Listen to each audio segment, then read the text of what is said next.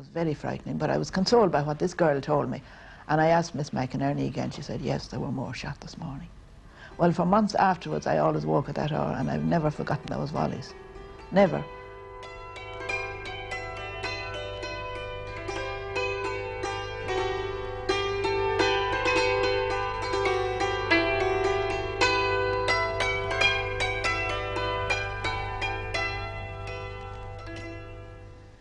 What was the effect of those executions on Ireland?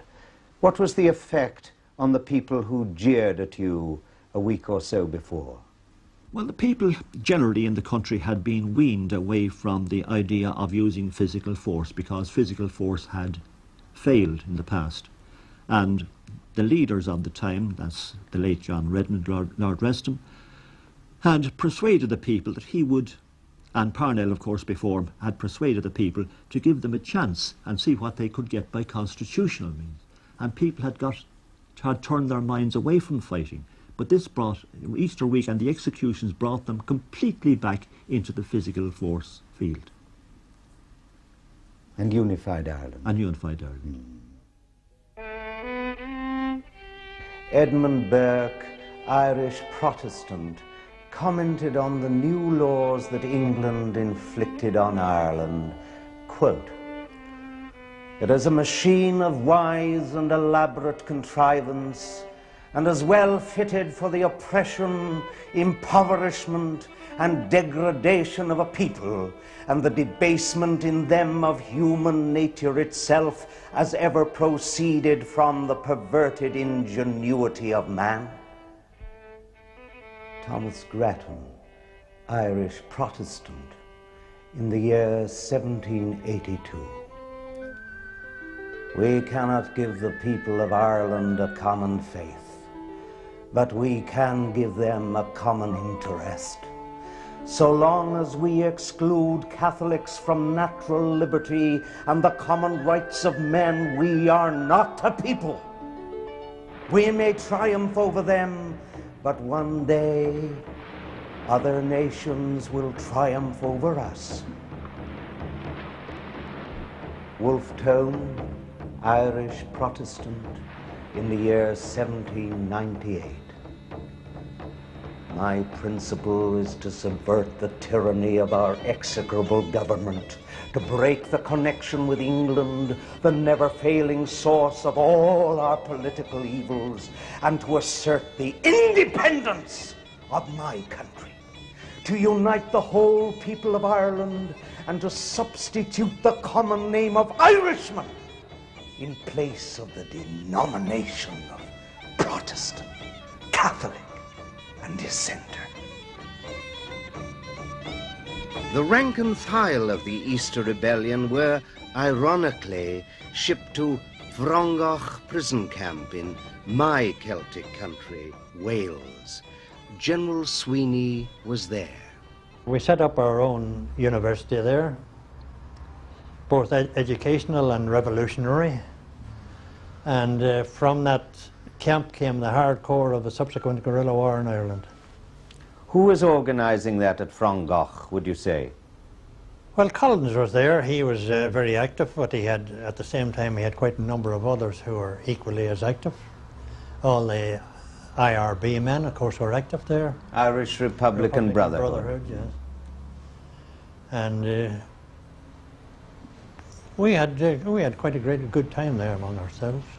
So it could be argued that the emancipation of Ireland was really planned in North Wales. Well, the continuation of it, yes. The country was stood at that time with small police barracks.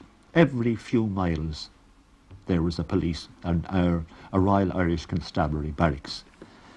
That started off, the constabulary started off as the Irish Constabulary, but for their zeal during the Fenian Rising, Victoria graciously gave them the term Royal. And they were the eyes and ears. You couldn't travel from Dublin to Swords, that's a distance of 7 miles, without going to 3 RIC. And everybody passing up and down the road was noted carefully. In fact, when Birrell was the Home Secretary, or Chief Secretary at the time here, when he was questioned about the activities of the revolutionary parties, he said, "Nonsense. The Royal Irish Constabulary has Ireland under a microscope." Prisoners who were in jail, they were astonished when they came home and found the whole country alive and waiting to welcome them. And I was there among the welcoming crowd, and I'm a witness to what happened.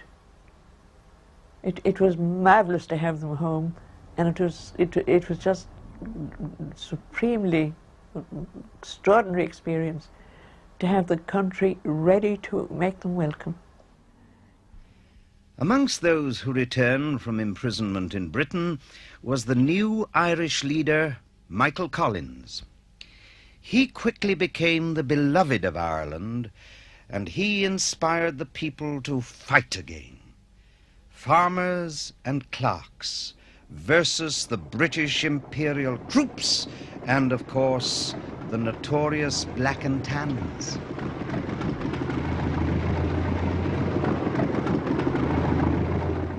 When we started to reorganise in 1916, late 16, early 1917, Michael Collins said a wonderful thing. He said, "Boys, if we're going to have a revolution, there'll be no traitors this time." And there were none. Or any that appeared were dealt with. Eliminated. Eliminated or sent out of the country. Collins never had anybody executed or eliminated that he could possibly avoid. He was not bloodthirsty. Anything but it. So that night a man named Joe Riley came to see me. I was staying at a place called the Clarence Hotel, and he brought me down to an old third-rate pub down the city. And we knocked at the private door, and the publican came out and opened the door, and we went up the stairs into an old beer room, smelling of stale beer. And this handsome-looking man was sitting there with an old shabby suit and an old dust coat thrown on the back of a chair. This was the famed Michael Collins. So the man brought me there and introduced me to Joe Riley, and he said, "This is Nelligan up from Limerick." "Oh yes, Dave," says Collins, "I know all about you." He says, "And your brother and yourself are all right." He meant we were friendly to the revolution. And he says, I have something to ask you. I want you to go back to the police. So I didn't fancy this role at all.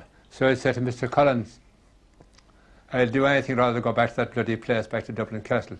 I'll join a flying column, I'll do anything." "Listen, Dave," says he, "we have plenty of men to join flying columns. The British trust you and we trust you. We want to serve the revolution, go back." He was a very persuasive man and a very magnetic character. So against my better judgment, I went back. I decided to write to the Commissioner, Colonel Johnson. So I went back to the hotel and wrote a letter to Dublin Castle, the Commissioner of the Police, Colonel Edgeworth Johnston, DSO, very nice fellow he was too. So a G-man came round the next day and told me that the Commissioner wants to see you at 12 o'clock. So I was only a poor devil of a recruit. So I was ushered in before this big shot, DSO, swords champion of the British Army. He cut a sheep in two with a swipe of his sword. Very nice old fellow. So he said to me, "Nelligan, you want to come back?" "Yes, sir," says I do. "Well," he says, why are you coming back?" "Well, sir, said these fellows threatened me." So I produced the threatening letters. So he said to me, "How are things in the south of Ireland, Nelligan?" "Very bad, sir," says I. "The King's writ doesn't run there any longer." What is that? "The King's writ doesn't run there any longer." This was a headline from the Daily Mail. I'd read it as the train coming up. The King's writ Doesn't run here anymore. Yes. True, too. He said, "It's perfectly right." "Tell me, Nelligan," he says, "where do you want to go? You can have any division you want in the service." "I want to go back to the G Division, sir," says I. "All right," he said. There was an old chief inspector of the G Division, an Irishman named Bruton, the Prairie man. And somehow I got an idea at the back of my head that Bruton didn't think that everything was lovely in the garden, but he was too decent a man to suspect that I was a traitor, you see, or a double dealer. And he was always very nice to me. So I started my nefarious career as a Dublin agent. Is it true, sir, that at that time Michael Collins had £10,000 on his head, dead or alive? Yes, it was quite true. And one unfortunate man attempted to avail of the a chance to earn some easy money. He was the head porter in the Wicklow Hotel. And the day after he passed on the information, he was shot dead in his own cubicle in the Wicklow Hotel. So that Collins had a pretty good line on the communications into the castle at that time.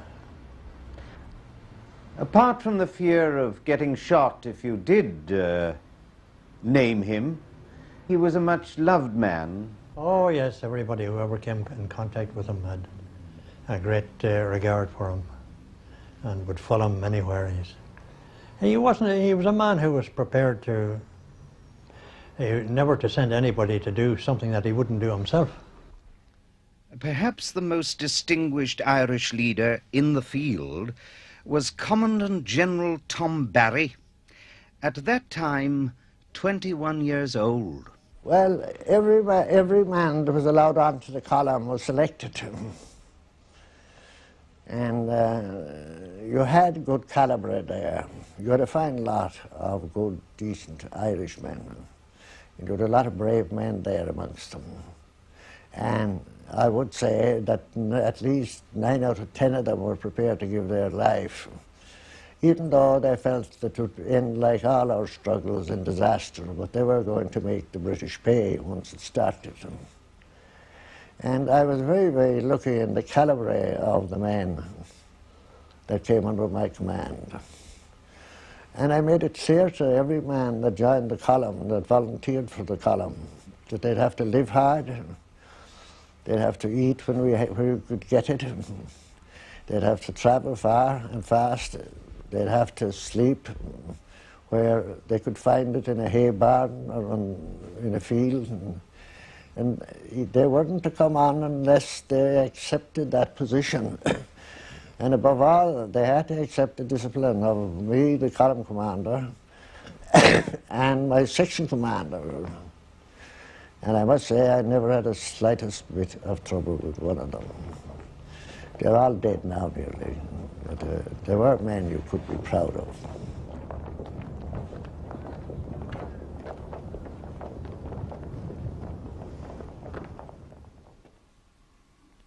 Well, in the paper recently there was